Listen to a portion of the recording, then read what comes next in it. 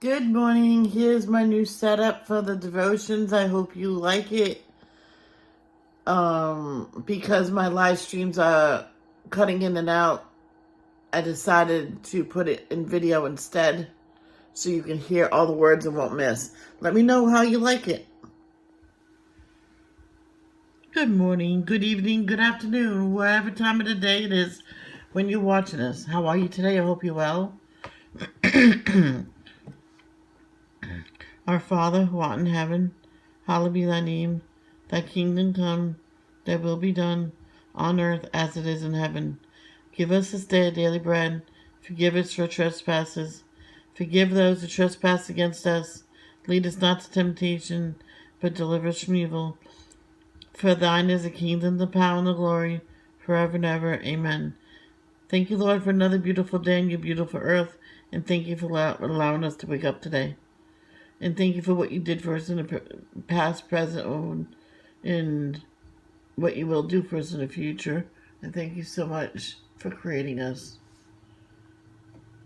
And please help my friends that need help with anything they need.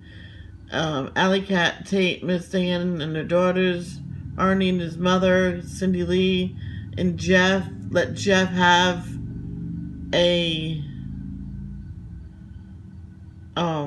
fast recovery.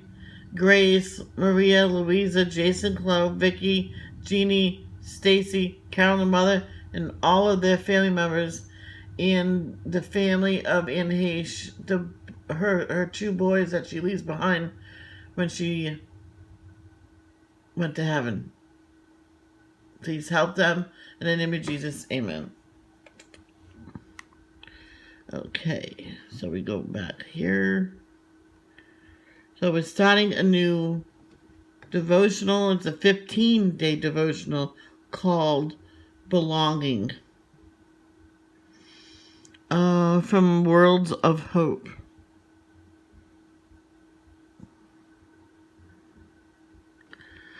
Created by God. For you created my innermost being. You knit me together in my mother's womb. That is verse 13 of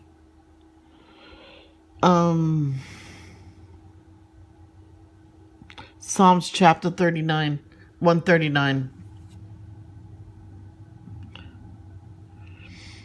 Adoptees of my generation usually do not know their birth mothers. For a long time, this was true for me. Knowing that the Lord carefully formed me and knit me together in my birth mother's womb comforted me. I didn't know my birth mother, but God did. He was there when I was conceived. He was there as He shaped and formed me in my birth mother's safe womb space. Even when she relinquished me for adoption, He was with me. He did not abandon me, His creation. David also knew that the Lord was with him and would not abandon him, for He created him and knew him intimately. He was familiar with all His ways. There was also no place that David could flee from the Lord's presence, neither in the heights nor in the depths. I'm sorry, that's verse 3, verse 7. At the light of dawn or on the far side of the sea, verses 8 and 9. The Lord was always with him, even when he would awake. God was there. The Lord did not abandon David, His creation. Verse 18. In this devotional series, we will explore what it means to belong to God, our Creator, and be loved by Him. Psalms chapter 139 reminds us that even before we were born, the Lord was with us. We belong to our Heavenly Father, the one who created us. The Lord was and will always be with us, for we are His children. As you pray, thank God for creating you, His child. Let me highlight it first.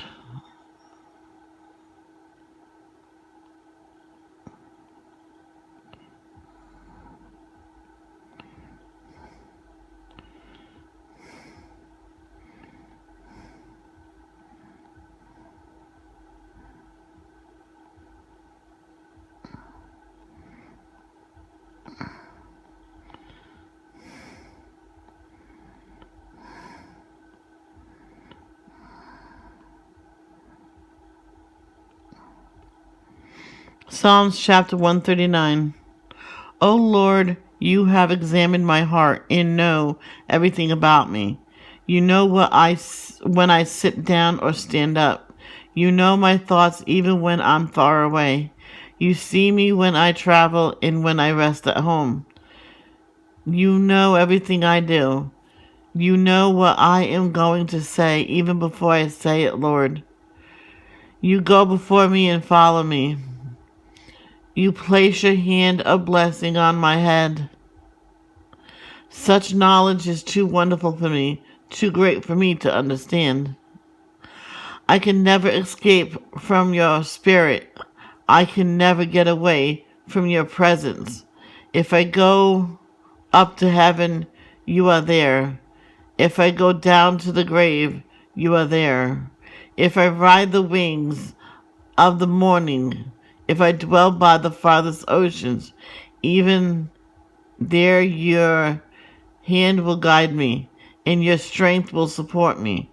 I could ask the darkness to hide me, and the light around me to become night. But even in darkness, I cannot hide from you. To you, the night shines as bright as day. Darkness and lights are the same to you. You made all the delicate inner parts of my body and knit me together in my mother's womb. Thank you for making me so wonderfully complex. Your workmanship is marvelous. How well I know it. You watched me as I was being formed in utter seclusion, as I was woven together in the dark of the womb. You saw me before I was born. Every day of my life was recorded in your book. Every moment was laid out before a single day had passed. How precious are your thoughts about me, O God. They cannot be numbered. I can't even count them.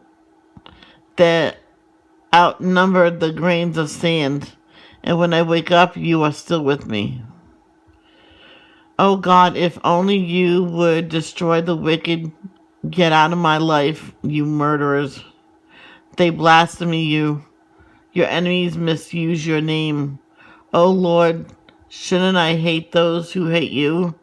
Shouldn't I despise those who oppose you? Yes, I hate them with total hatred, for your enemies are my enemies. Search me, O God, and know my heart. Test me and know my anxious thoughts. Point out anything in me that offends you, and lead me along the path of everlasting life.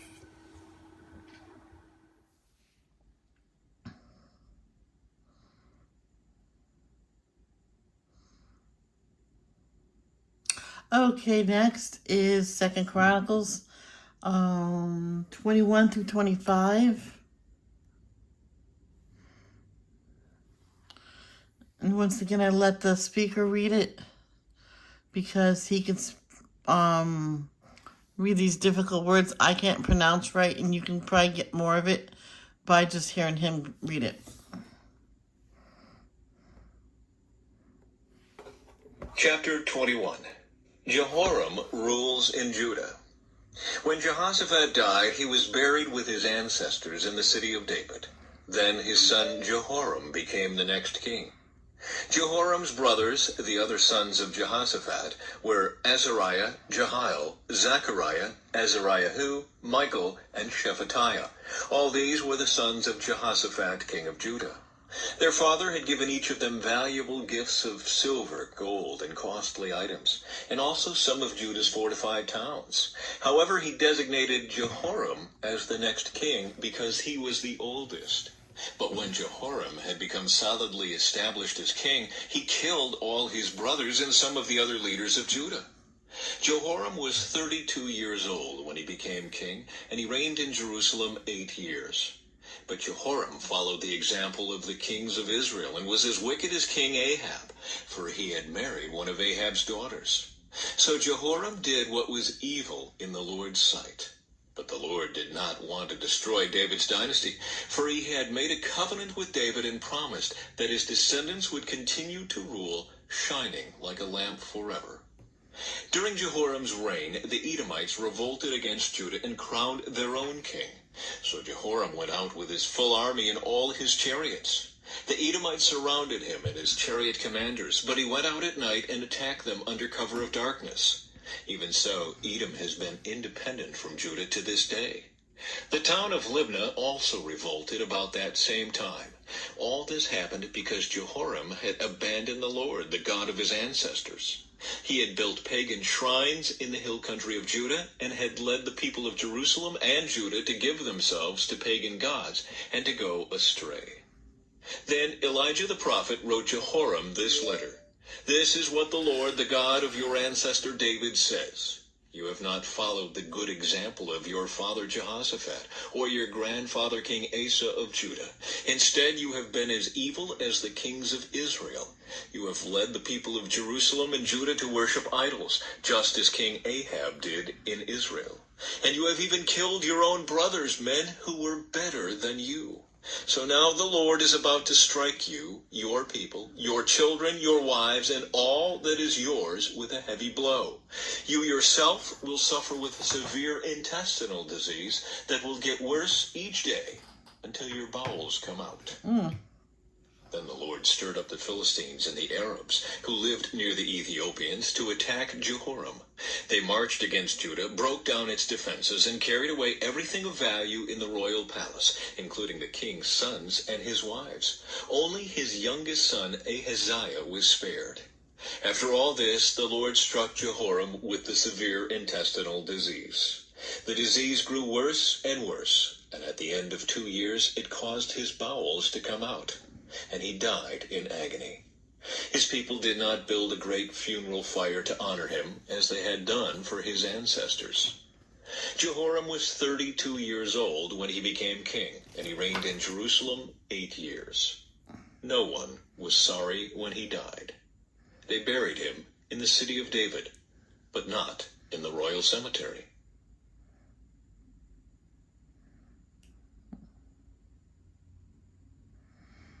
Chapter 22. Ahaziah rules in Judah. Then the people of Jerusalem made Ahaziah, Jehoram's youngest son, their next king, since the marauding bands who came with the Arabs had killed all the older sons. So Ahaziah, son of Jehoram, reigned as king of Judah. Ahaziah was 22 years old when he became king, and he reigned in Jerusalem 1 year. His mother was Athaliah, a granddaughter of King Omri. Ahaziah also followed the evil example of King Ahab's family, for his mother encouraged him in doing wrong. He did what was evil in the Lord's sight, just as Ahab's family had done. They even became his advisers after the death of his father, and they led him to ruin. Following their evil advice, Ahaziah joined King Joram, the son of King Ahab of Israel, in his war against King Hazael of Aram at Ramoth-Gilead. When the Arameans wounded Joram in the battle, he returned to Jezreel to recover from the wounds he had received at Ramoth. Because Joram was wounded, King Ahaziah of Judah went to Jezreel to visit him. But God had decided that this visit would be Ahaziah's downfall. While he was there, Ahaziah went out with Joram to meet Jehu, son of Nimshi, whom the Lord had appointed to destroy the dynasty of Ahab. While Jehu was executing judgment against the family of Ahab, he happened to meet some of Judah's officials and Ahaziah's relatives, who were traveling with Ahaziah. So Jehu killed them all.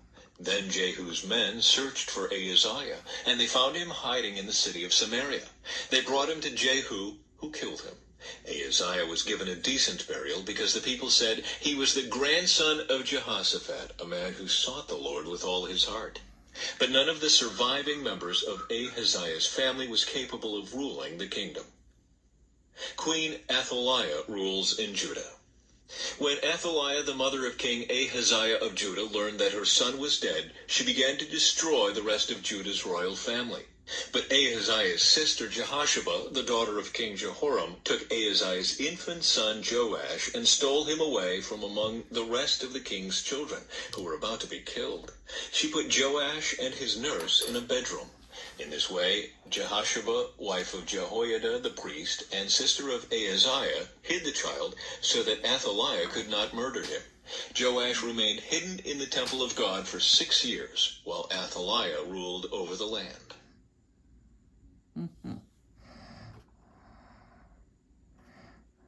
Chapter 23. Revolt against Athaliah. In the 7th year of Athaliah's reign, Jehoiada the priest decided to act. He summoned his courage and made a pact with 5 army commanders: Azariah son of Jeroam, Ishmael son of Jehohanan, Azariah son of Obed, Maaseiah son of Adiah, and Elishaphat son of Zikri. These men traveled secretly throughout Judah and summoned the Levites and clan leaders in all the towns to come to Jerusalem. They all gathered at the temple of God, where they made a solemn pact with Joash, the young king. Jehoiada said to them, "Here is the king's son. The time has come for him to reign. The Lord has promised that a descendant of David will be our king. This is what you must do. When you priests and Levites come on duty on the Sabbath, a third of you will serve as gatekeepers, another third will go over to the royal palace, and the final third will be at the foundation gate. Everyone else should stay in the courtyards of the Lord's temple. Remember, only the priests and Levites on duty may enter the temple of the Lord, for they are set apart as holy. The rest of the people must obey the Lord's instructions and stay outside. You Levites, form a bodyguard around the king and keep your weapons in hand. Kill anyone who tries to enter the temple. Stay with the king wherever he goes." So the Levites and all the people of Judah did everything as Jehoiada the priest ordered. The commanders took charge of the men reporting for duty that Sabbath, as well as those who were going off duty. Jehoiada the priest did not let anyone go home after their shift ended. Then Jehoiada supplied the commanders with the spears and the large and small shields that had once belonged to King David and were stored in the temple of God. He stationed all the people around the king with their weapons ready.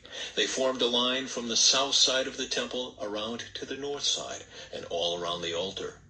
Then Jehoiada and his sons brought out Joash, the king's son, placed the crown on his head, and presented him with a copy of God's laws. They anointed him and proclaimed him king, and everyone shouted, "Long live the king!"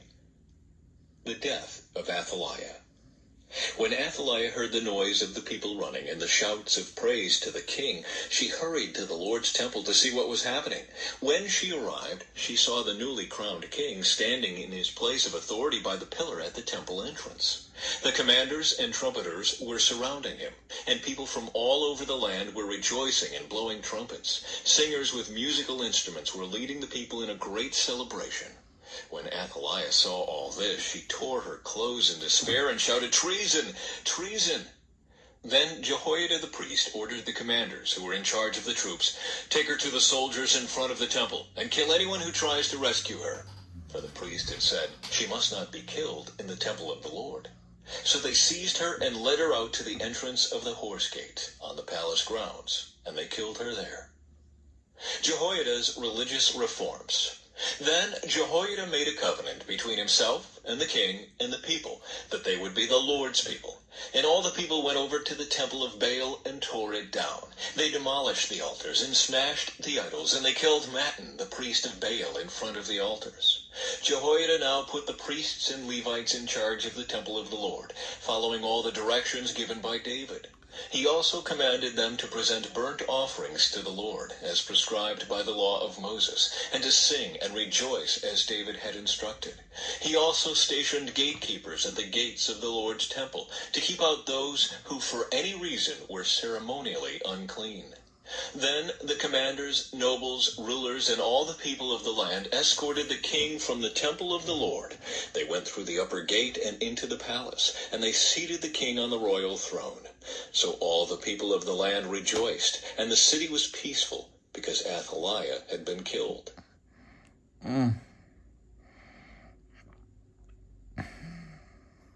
Chapter 24. Joash repairs the temple. Joash was 7 years old when he became king, and he reigned in Jerusalem 40 years. His mother was Zibiah from Beersheba. Joash did what was pleasing in the Lord's sight throughout the lifetime of Jehoiada the priest. Jehoiada chose 2 wives for Joash, and he had sons and daughters. At one point, Joash decided to repair and restore the temple of the Lord. He summoned the priests and Levites and gave them these instructions. Go to all the towns of Judah and collect the required annual offerings, so that we can repair the temple of your God. Do not delay. But the Levites did not act immediately. So the king called for Jehoiada the high priest and asked him, Why haven't you demanded that the Levites go out and collect the temple taxes from the towns of Judah and from Jerusalem? Moses, the servant of the Lord, levied this tax on the community of Israel in order to maintain the tabernacle of the covenant. Over the years, the followers of wicked Athaliah had broken into the temple of God, and they had used all the dedicated things from the temple of the Lord to worship the images of Baal. So now the king ordered a chest to be made and set outside the gate leading to the temple of the Lord. Then a proclamation was sent throughout Judah and Jerusalem, telling the people to bring to the Lord the tax that Moses, the servant of God, had required of the Israelites in the wilderness. This pleased all the leaders and the people, and they gladly brought their money and filled the chest with it. Whenever the chest became full, the Levites would carry it to the king's officials. Then the court secretary and an officer of the high priest would come and empty the chest and take it back to the temple again. This went on day after day, and a large amount of money was collected. The king and Jehoiada gave the money to the construction supervisors, who hired masons and carpenters to restore the temple of the Lord. They also hired metal workers who made articles of iron and bronze for the Lord's temple. The men in charge of the renovation worked hard and made steady progress. They restored the temple of God according to its original design and strengthened it. When all the repairs were finished, they brought the remaining money to the king and Jehoiada. It was used to make various articles for the temple of the Lord, articles for worship services, and for burnt offerings, including ladles and other articles made of gold and silver. And the burnt offerings were sacrificed continually in the temple of the Lord during the lifetime of Jehoiada the priest. Jehoiada lived to a very old age, finally dying at 130. Wow. He was buried among the kings in the city of David, because he had done so much good in Judah for God and his temple. Jehoiada's reforms reversed. But after Jehoiada's death, the leaders of Judah came and bowed before King Joash and persuaded him to listen to their advice. They decided to abandon the temple of the Lord, the God of their ancestors, and they worshipped Asherah poles and idols instead. Because of this sin, divine anger fell on Judah and Jerusalem. Yet the Lord sent prophets to bring them back to him. The prophets warned them, but still the people would not listen. Then the Spirit of God came upon Zechariah, son of Jehoiada the priest. He stood before the people and said, This is what God says. Why do you disobey the Lord's commands and keep yourselves from prospering? You have abandoned the Lord, and now he has abandoned you. Then the leaders plotted to kill Zechariah, and King Joash ordered that they stone him to death in the courtyard of the Lord's temple. That was how King Joash repaid Jehoiada for his loyalty, by killing his son. Zechariah's last words as he died were, May the Lord see what they are doing and avenge my death. The end of Joash's reign. In the spring of the year, the Aramean army marched against Joash. They invaded Judah and Jerusalem and killed all the leaders of the nation. Then they sent all the plunder back to their king in Damascus. Although the Arameans attacked with only a small army, the Lord helped them conquer the much larger army of Judah. The people of Judah had abandoned the Lord, the God of their ancestors, so judgment was carried out against Joash. The Arameans withdrew, leaving Joash severely wounded. But his own officials plotted to kill him for murdering the son of Jehoiada the priest. They assassinated him as he lay in bed. Then he was buried in the city of David, but not in the royal cemetery. The assassins were Jozachar, the son of an Ammonite woman named Shimeath, and Jehozabad, the son of a Moabite woman named Shomer. The account of the sons of Joash, the prophecies about him, and the record of his restoration of the temple of God are written in the commentary on the Book of the Kings. His son Amaziah became the next king. Last one, guys. Chapter 25. Amaziah rules in Judah. Amaziah was 25 years old when he became king, and he reigned in Jerusalem 29 years. His mother was Jehoiadin from Jerusalem. Amaziah did what was pleasing in the Lord's sight, but not wholeheartedly. When Amaziah was well established as king, he executed the officials who had assassinated his father. However, he did not kill the children of the assassins, for he obeyed the command of the Lord as written by Moses in the book of the law. Parents must not be put to death for the sins of their children, nor children for the sins of their parents.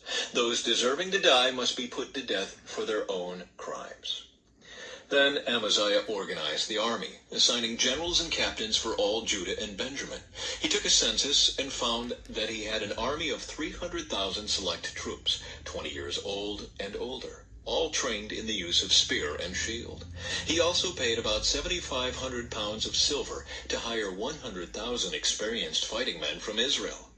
But a man of God came to him and said, "Your Majesty, do not hire troops from Israel, for the Lord is not with Israel. He will not help those people of Ephraim. If you let them go with your troops into battle, you will be defeated by the enemy no matter how well you fight. God will overthrow you, for he has the power to help you or to trip you up." Amaziah asked the man of God, "But what about all that silver I paid to hire the army of Israel?" The man of God replied, "The Lord is able to give you much more than this." So Amaziah discharged the hired troops and sent them back to Ephraim. This made them very angry with Judah, and they returned home in a great rage. Then Amaziah summoned his courage and led his army to the valley of Salt, where they killed 10,000 Edomite troops from Seir. They captured another 10,000 and took them to the top of a cliff and threw them off, dashing them to pieces on the rocks below. Meanwhile, the hired troops that Amaziah had sent home raided several of the towns of Judah between Samaria and Beth-horon. They killed 3,000 people and carried off great quantities of plunder. When King Amaziah returned from slaughtering the Edomites, he brought with him idols taken from the people of Seir. He set them up as his own gods, bowed down in front of them, and offered sacrifices to them. This made the Lord very angry. And he sent a prophet to ask, "Why do you turn to gods who could not even save their own people from you?" But the king interrupted him and said, "Since when have I made you the king's counselor? Be quiet now before I have you killed." So the prophet stopped with this warning. "I know that God has determined to destroy you because you have done this and have refused to accept my counsel." After consulting with his advisors, King Amaziah of Judah sent this challenge to Israel's king Jehoash, the son of Jehoahaz and grandson of Jehu. "Come and meet me in battle." But King Jehoash of Israel replied to King Amaziah of Judah with this story. "Out in the Lebanon mountains, a thistle sent a message to a mighty cedar tree, 'Give your daughter in marriage to my son.' But just then a wild animal of Lebanon came by and stepped on the thistle, crushing it. You are saying, 'I have defeated Edom,' and you are very proud of it. But my advice is to stay at home. Why stir up trouble that will only bring disaster on you and the people of Judah?" But Amaziah refused to listen, for God was determined to destroy him for turning to the gods of Edom.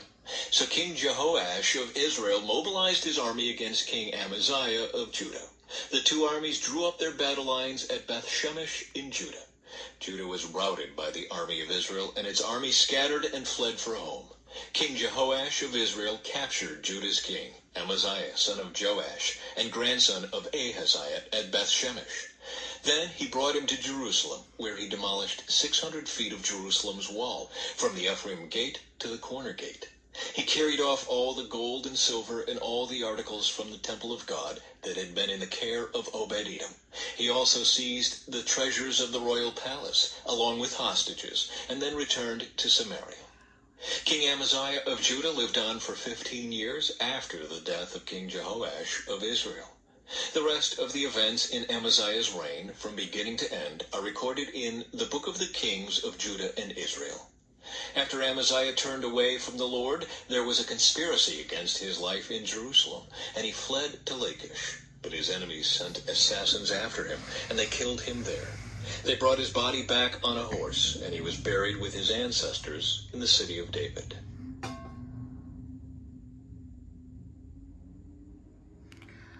Next will be the verse of the day.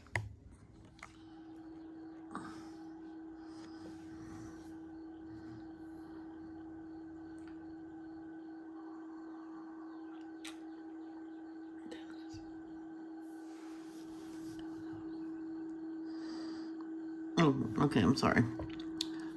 Verse of the day is Proverbs chapter 23, verse 24. The father of a righteous child has great joy. A man who fathers a wise son rejoices in him. Saying 7. When you sit to dine with the ruler, note well what is before you, and put a knife to your throat. If you are given to gluttony, do not crave his delicacies, for that food is deceitful.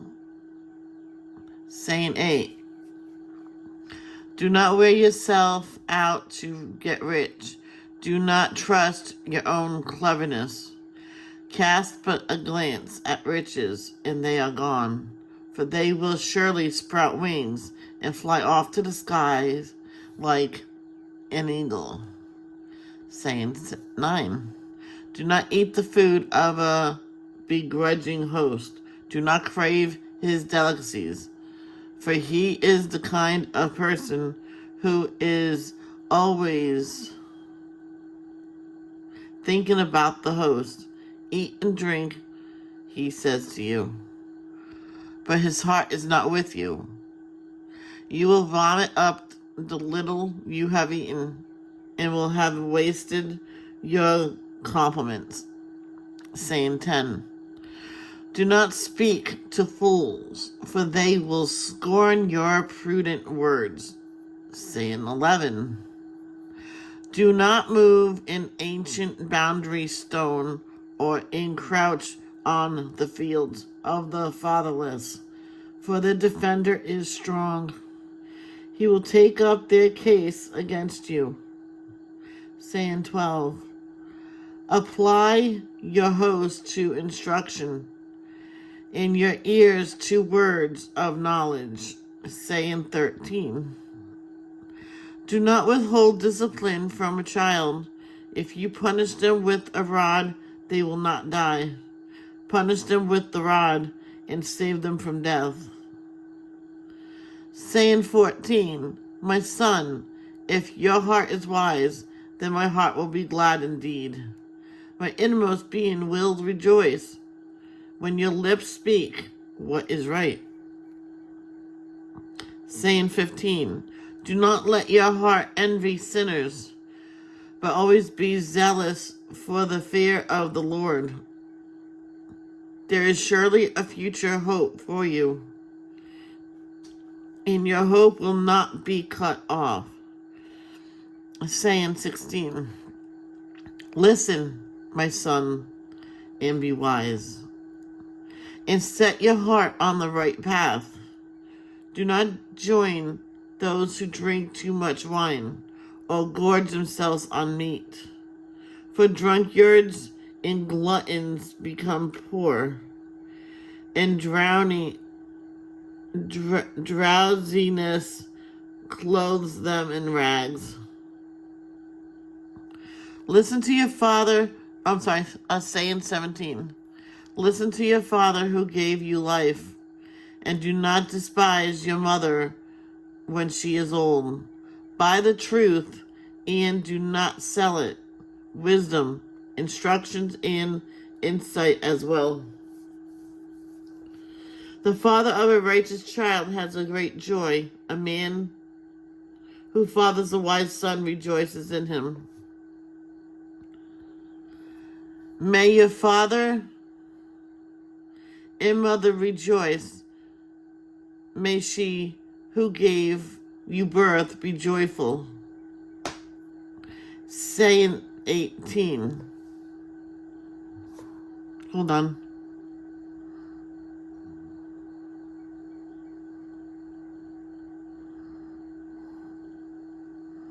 I gotta go back because, oh, it is, okay. Just double checking. Just double checking. I don't want to, skip. Saying 18, my son, give me your heart, and let your eyes delight in my ways. For an adulterous woman is a deep pit, and a wayward wife is a narrow well. Like a bandit, she lies in wait, and multiplies the unfaithful among men. Saying 19, who has woe? Who has sorrow? Who has strife? Who has complaints? Who has needless bruises? Who has bloodshot eyes? Those who linger over wine, who go to sample bowls of mixed wine. Do not gaze at wine when it is red, when it sparkles in the cup, when it goes down smoothly. In the end, it bites like a snake and poisons like a viper. Your eyes will see strange sights, and your mind will imagine confusing things. You will be like You will be like one sleeping on the high seas, lying on top of the rigging.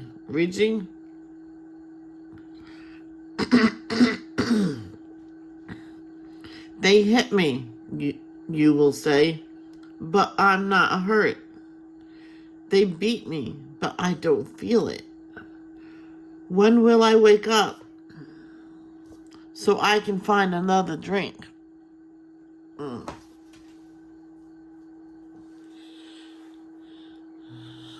Yeah. Should not want to wake up just to go get another drink. Put the drink down. So that is it for today's devotion. Let me know how you like the new setup here. That I read the chapters out now. And I hope you like everything. I love you all. Love, don't judge. Peace out.